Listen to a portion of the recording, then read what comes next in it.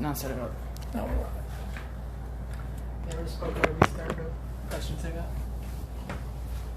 Sorry guys, had to get the technical difficulties out of the way.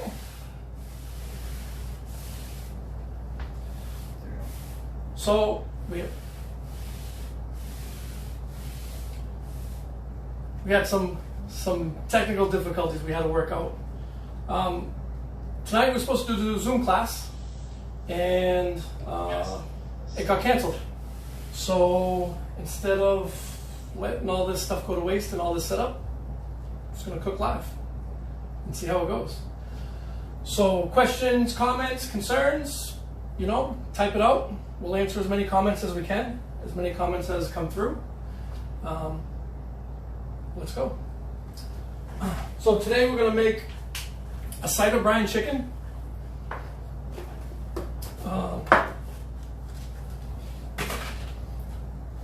Show you guys how to break down a chicken. Sometimes, when we go to the store or we go to buy our chickens, we rather buy it all set, ready to go, breast or a wing or a thigh, and it's quite cheap to do it this way, and you're able to get a stock and some other components out of this. So very simple.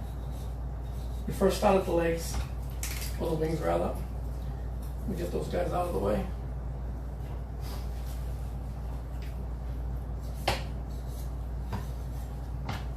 We cut through the skin just about an inch below the bone, and then you pull off your wing. So you just expose the first bone here to give us our airline breast. Our legs here. Just going to follow the chicken around. We pop the bone out of the socket. We come in, and there's a piece of oyster here. We just pluck out the oyster, and you have your thigh and leg attached. Do the second side. Same thing. Pop that bone. And there's many ways to break down a chicken. This is probably the easiest way for the viewers at home. And now we're left with our breast. If we follow the keel bone that runs along the chicken, just pull this aside. Right? Kind of follow that all the way down. Scraping the bone. You get down towards the end. You want to just pop that leg piece out.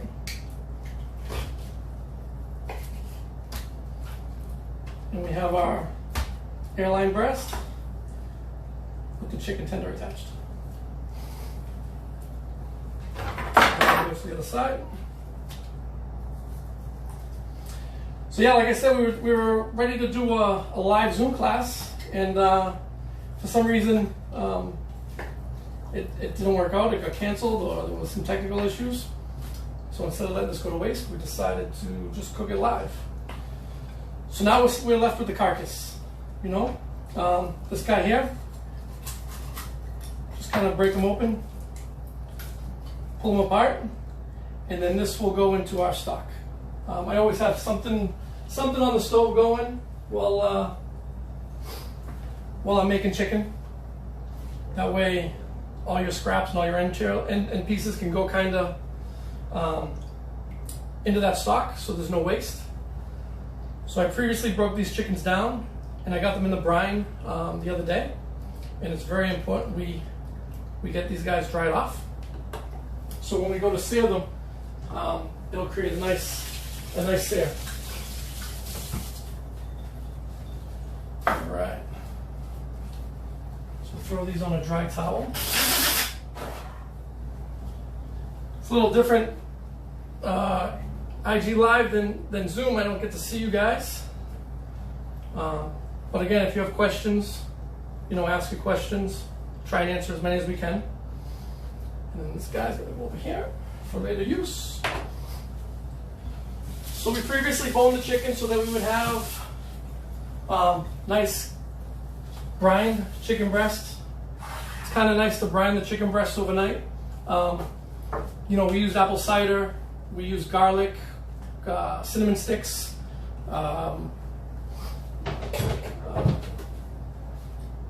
star anise, and salt. And it's very important, the salt content helps penetrate the bird. And then as we cook this, we'll be able to smell all those fragrances, and we'll be able to get a whiff of all that cinnamon and star anise. It also smells like apples in the house. It smells like apples right now after just opening them. So we'll let these sit aside so they dry off. We'll put these over here, and we'll start our puree. How long do you brine for?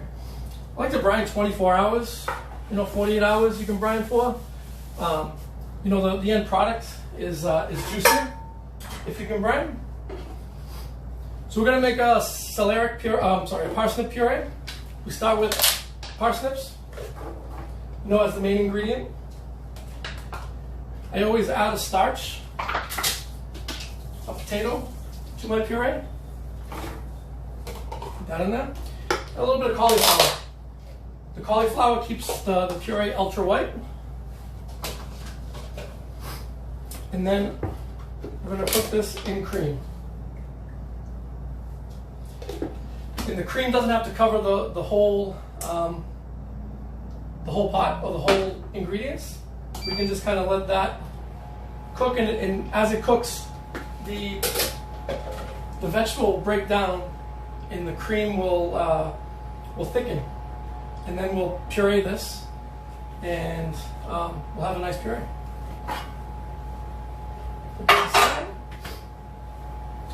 I did a small video on this a little while ago. This is the potato parve. This is again for this dish. These are my finishing stuff. So the potato parve, very simple, was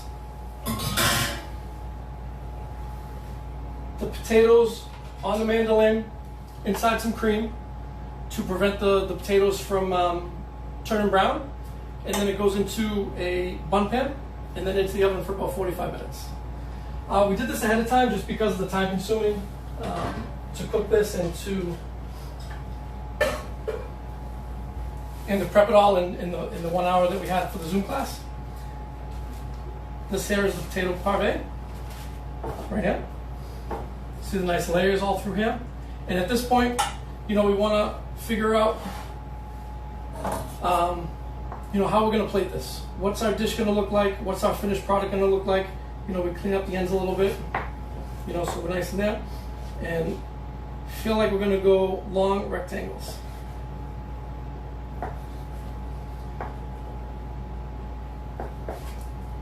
Yeah, these guys in here. All right. Put this down here. Now it's our Zoom class tonight. It's supposed to be about 40 people, and for some reason, somehow got canceled. So this is my first Instagram Live. Again, it's a little different just talking to the camera or to the wall. So bear with me, and hopefully the next video or the next time we go live, we'll have a little better understanding of what's happening. All right, as this cooks, we'll just move this off to another burner.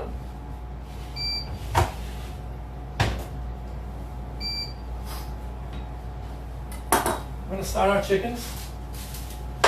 Throw our pan down. So we're going to throw I'm using induction. I really like the way induction works. You can control the temperature really to a fine detail.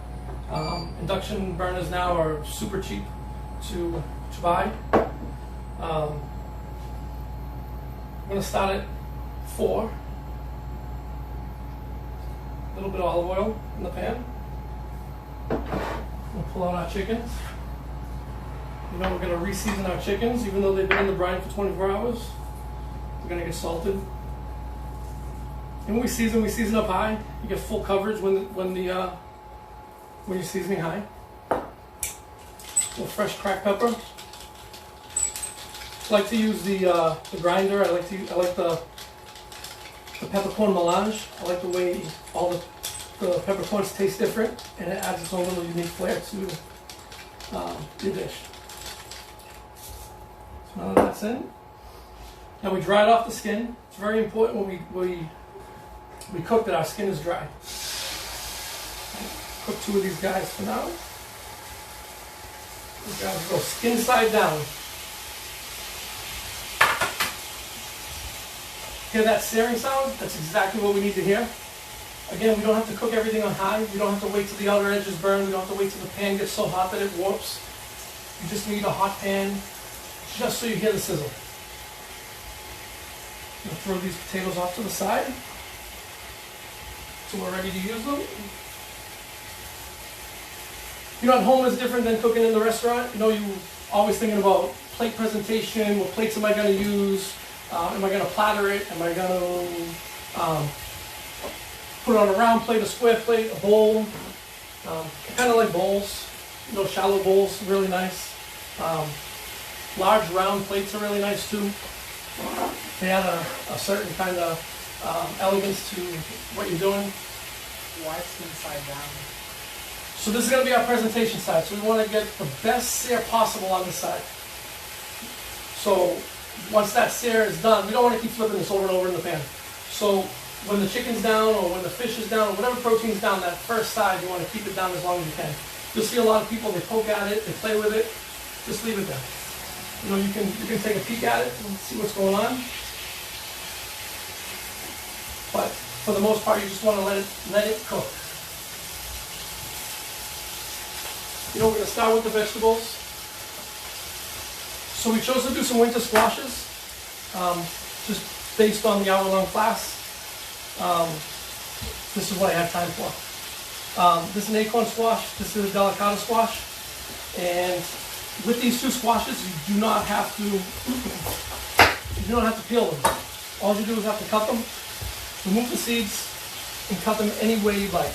You know, if you want to use half moons, you want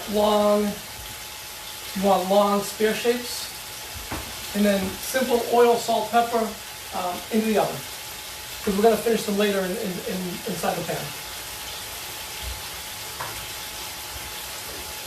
So as these are cooking, I'm going to just do a little look-see, see what's happening. I'm going to turn the pan up just a touch. You know, I always use a non-stick. It works well. You know for sure that this isn't going to stick if you use a stainless steel pan. Sometimes if the temperature's not right, the skin will always stick to the bottom of the pan. So non-stick for me kind of is the way to go, or a cast iron that's completely seasoned. Works well too. Again, if you're joining, this was a Zoom class that got canceled. So this is our first Instagram Live session. Again, it's a little weird talking to the wall, so just bear with me. You know, we could have went to the store, we could have bought the breasts just the way they are, or we could have bought some thighs and seared them off. But I think using the whole chicken is important, because not only do you get your breast that you need or your thighs that you want, but you also get the carcass, which can be turned into a stock and then later into soups, or can be frozen in ice cube trays to be used in dishes throughout the week or throughout the time cooking. We're almost ready to turn these guys. I tend not to use tongs all the time. I like these little offset spatulas, and you know, cooking sensory. So the smells, the feeling that you get when you're cooking, you know, that's what we're looking for. Keep turning those guys. Okay. Any questions, concerns, comments?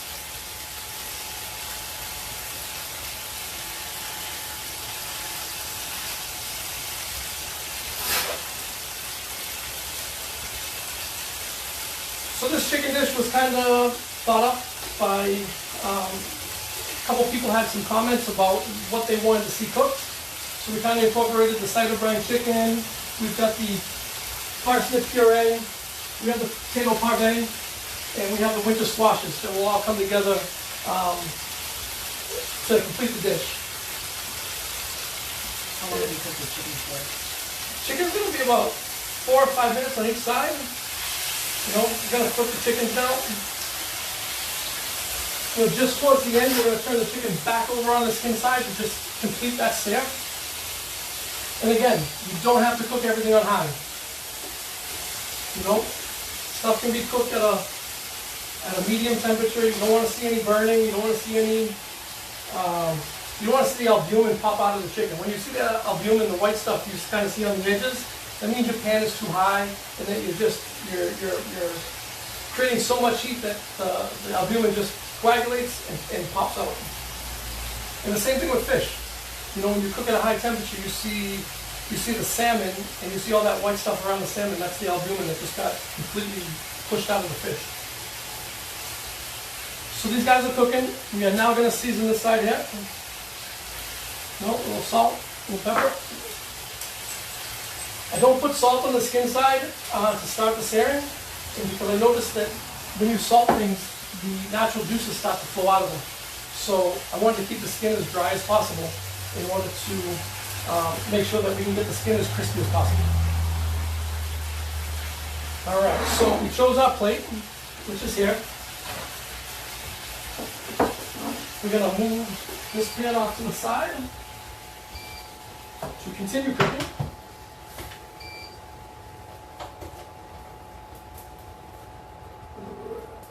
Turn down our potatoes, our puree. All right. We're going to come back to our potato. All right, you want to try and gauge everything out so when you're cooking, that everything's coming out at the same time. So, again, a little bit of oil in the pan for our potato. Spoon. Use our aromatics here for a searing. Sorry guys, this was a kind of last minute demo. We had a Zoom class scheduled to do, and it got canceled. So we are trying to make the best of what we have at this point. So again, without completely turning this up high, we want just enough, just so you hear a slight sizzle, and then we'll adjust the heat.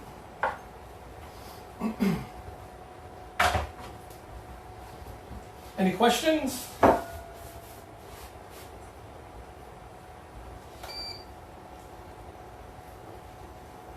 Trying to make this go by as fast as possible, just to, so I don't take too much time. But I just wanted to get this cooked. I wanted to get this out there. Obviously, as the videos go, they'll get better. All right, so our potatoes are cooking. Again, non-stick pan. We're not going to play with them, keep flipping them up, flipping them over, flipping them over. We're just going to let them cook, let them do their thing. At this point, we can throw a little bit of salt.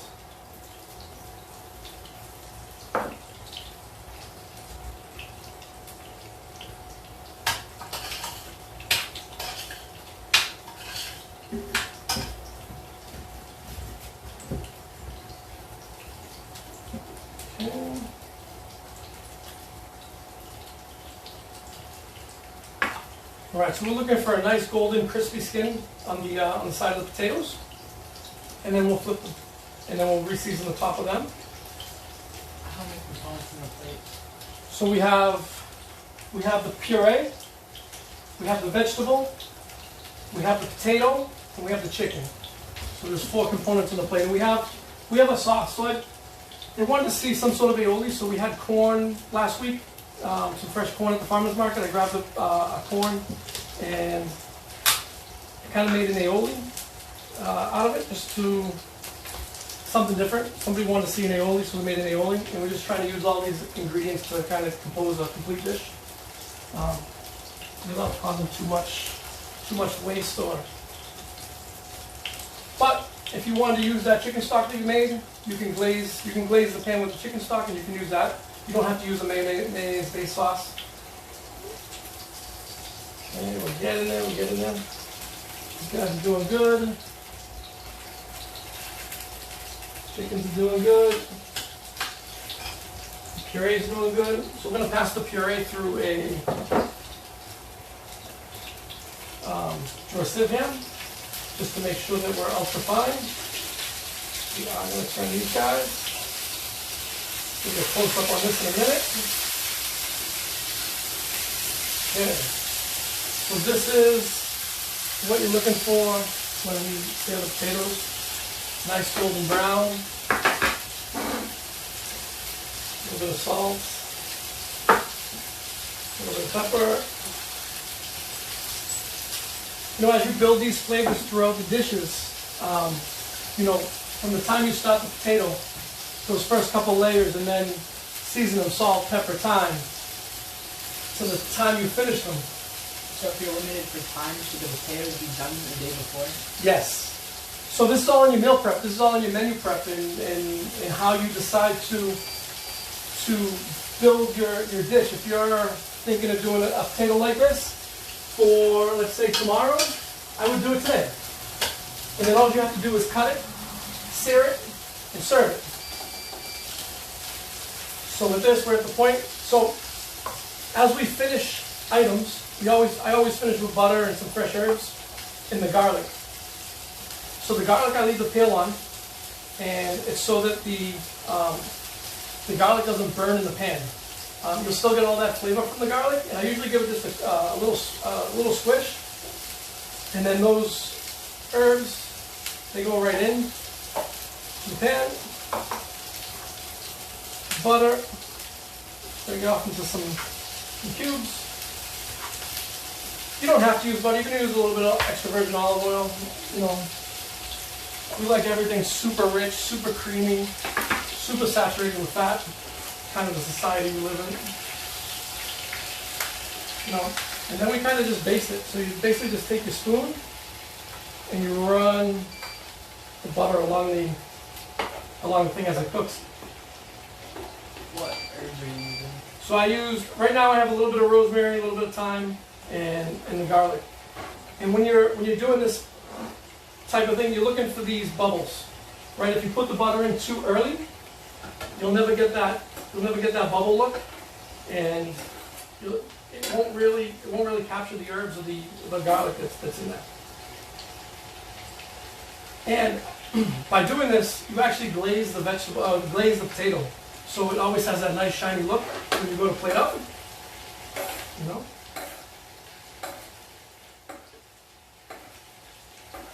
You just base.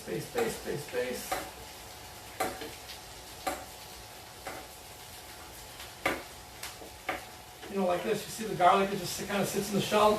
It doesn't get burned. It doesn't have that burned flavor on your product. So yeah, as you're menu prepping and as you decide to do different things in your home and your kitchen for your family, you might tend to do some things ahead of time.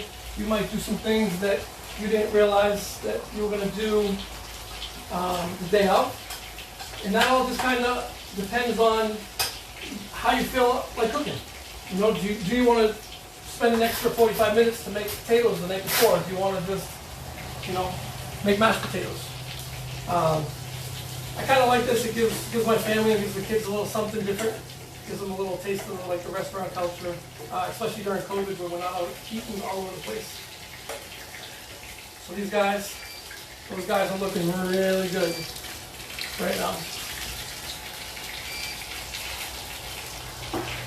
So again, we're gonna build flavors,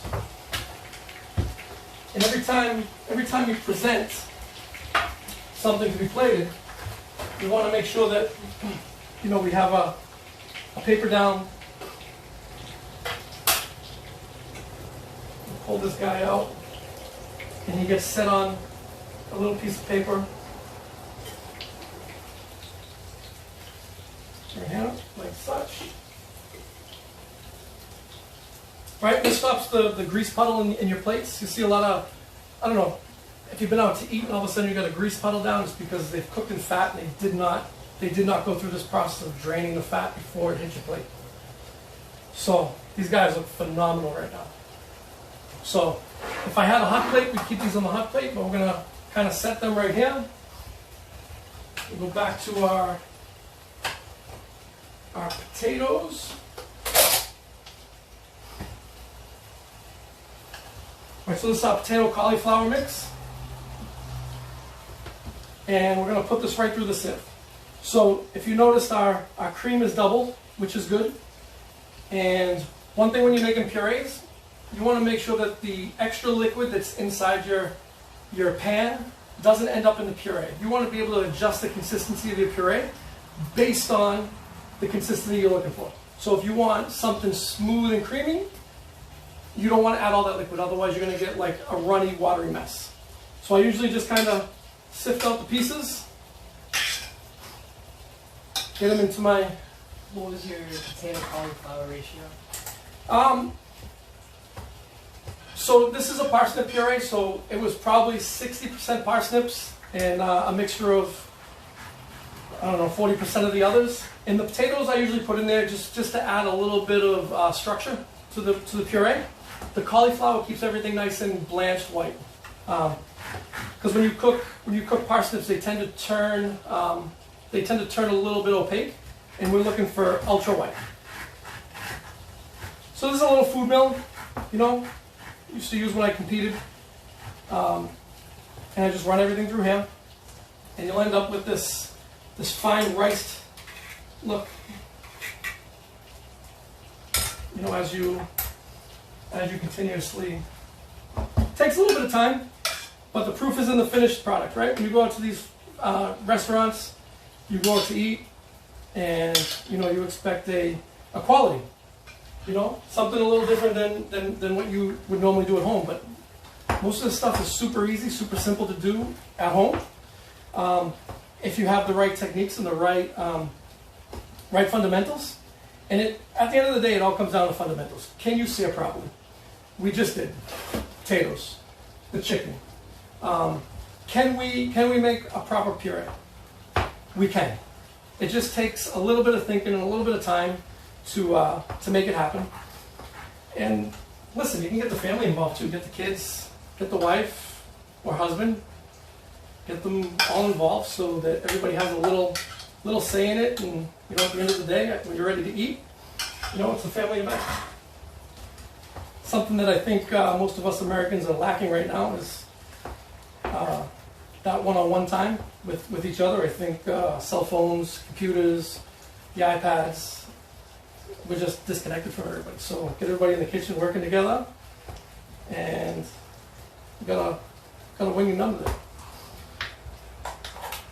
So as you can see, that is super, super smooth. Check our chicken again. There you go. Would I just use a masher or make sure to make the puree if I don't have the fancy mixer you have? Definitely not fancy. You can probably pick that up for like $12. You can use a blender. The problem is sometimes with the potato, it becomes starchy, it becomes gummy, and it's an unpleasant feeling in your mouth.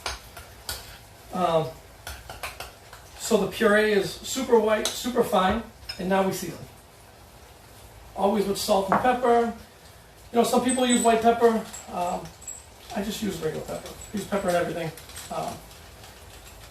Don't go back and forth between white and peppercorn melange. White pepper is a different flavor.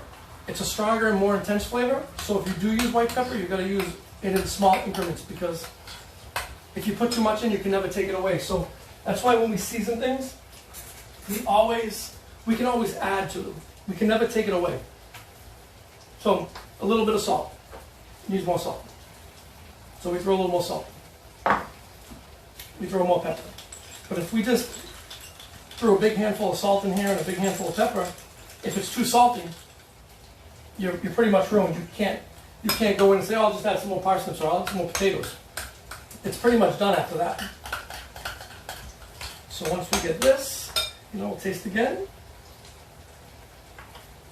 Good. We can add just a little amount of butter in there to silken it out.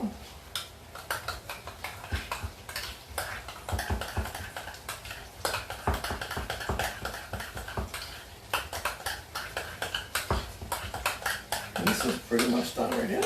Okay, so we've got our potato, we've got our puree. Okay, we're going to clean our pan out real quick. Come back. All right, we're going to do our veg now. So on the winter squash, if you roast them, the skins become very soft, and they're actually really good, and they're nutritious for you too. The delicata squash has a nice color. It's got a nice flavor, so I always like to put the delicata squash and the acorn squash together. I think it works well together. We always cook in oil versus butter. The butter tends to burn. The smoke point is so low that if you I'm going to turn our chicken off and just let it sit there. The smoke point is so low that when you use the butter, it burns and becomes bitter and black, and it's not a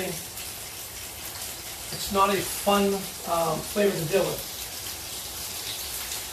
It's a little different too. I'm cooking everything live in front of you from here. I'm not using the big stove in back. I found through the Zoom videos, it makes sense to kind of talk through the components, talk through the dish, and then listen to the feedback. So once these guys are in, we're going to bring them up to temperature. So a little sauteing. You know, we season these before they go in the oven, but as you cook things, as you develop flavor, they're always going to need a touch more. Again, little at a time, tasting throughout. One of the things is funny is as we're cooking, we're eating.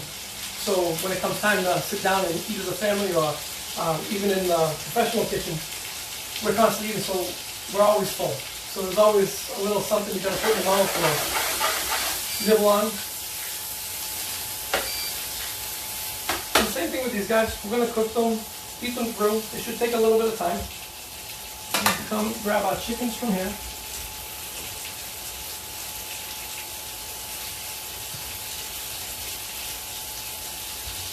So all of our components are slowly coming together. We've got our chicken, our potatoes, our puree, now our vegetables. And we're going to throw a little bit of chopped parsley in here, some fresh parsley.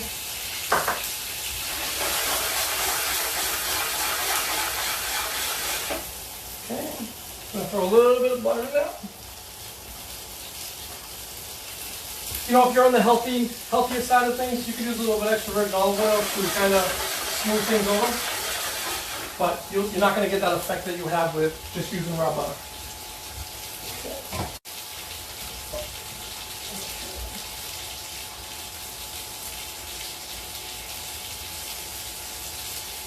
And the very last thing we're going to do is we're going to glaze the chicken, and that'll complete kind of our dish.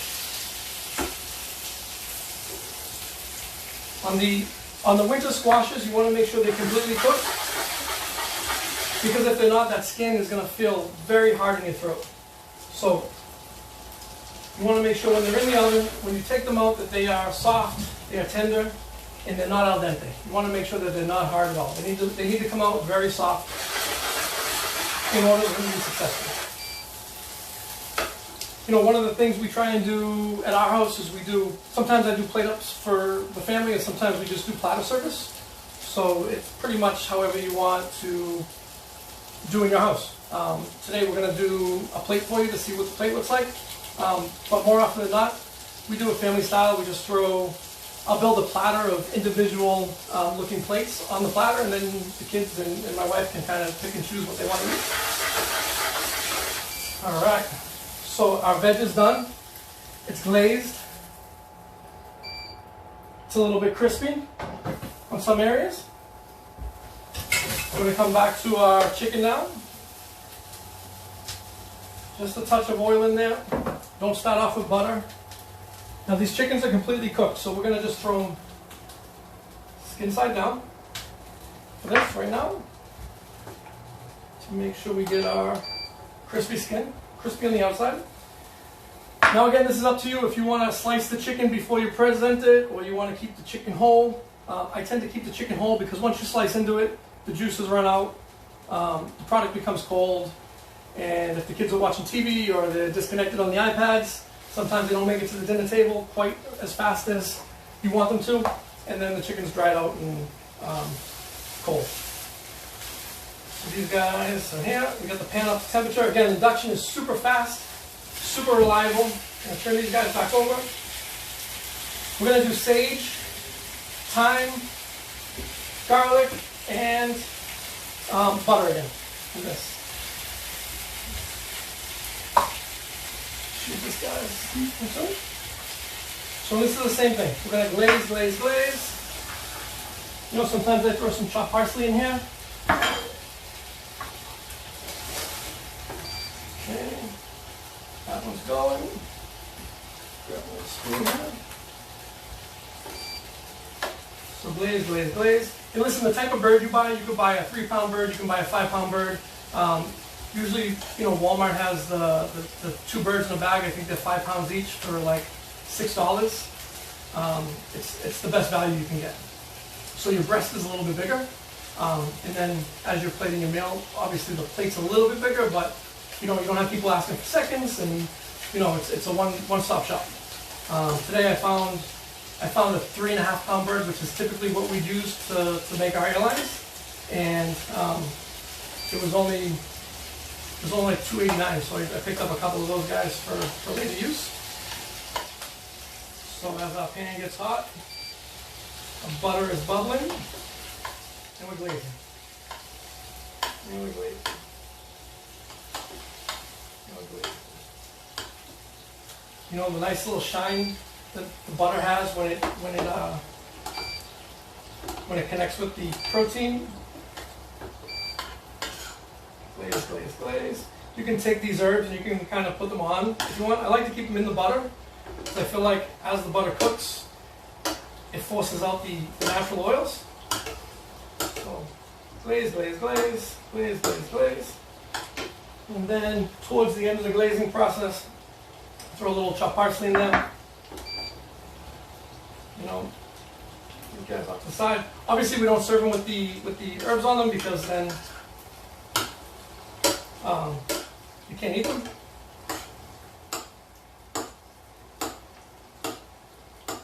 So the house smells like apple cider, and that's all because of the brining. It's the chicken's taking on the flavor of the brine. Okay, here we go. We are done. So now we'll come to our plate up. These towels here. We'll remove our cutting boards. Getting ready for a plate. All right.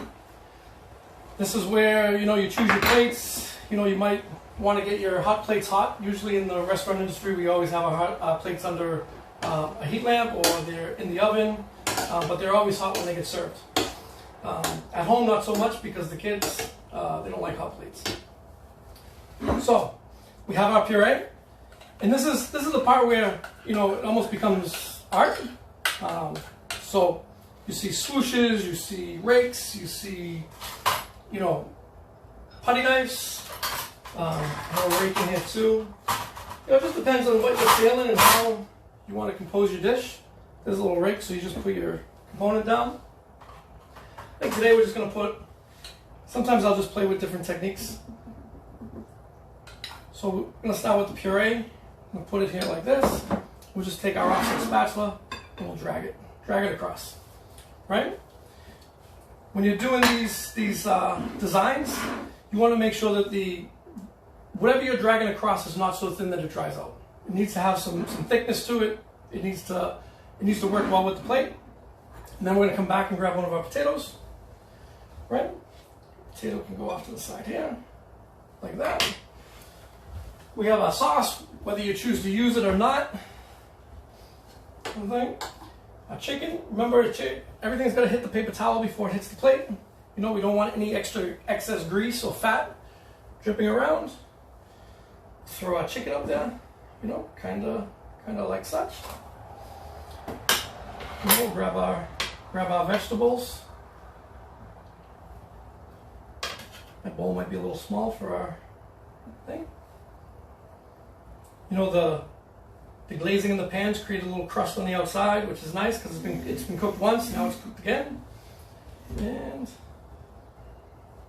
if you want a little bit of sauce, you can do one or two things. You can take a little bit, just throw it up there like that.